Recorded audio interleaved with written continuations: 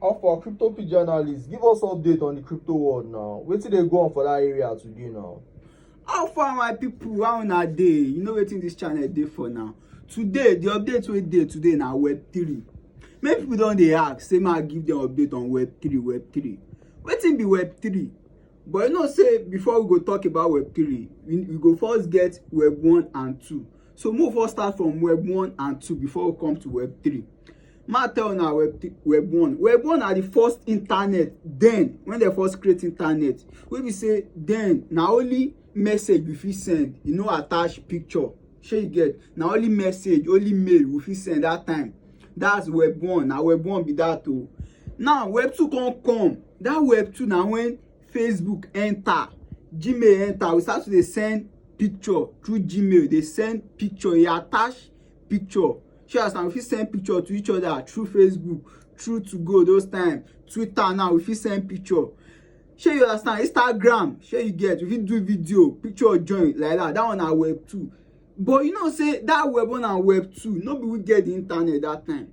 So na the thing wey come bring Web 3 be that. So ma come explain Web 3 for now. Now Web 3 na the next internet wey be say anything wey we do on internet, e go be on our name. Na we go get am. We go fit connect the internet with our wallet.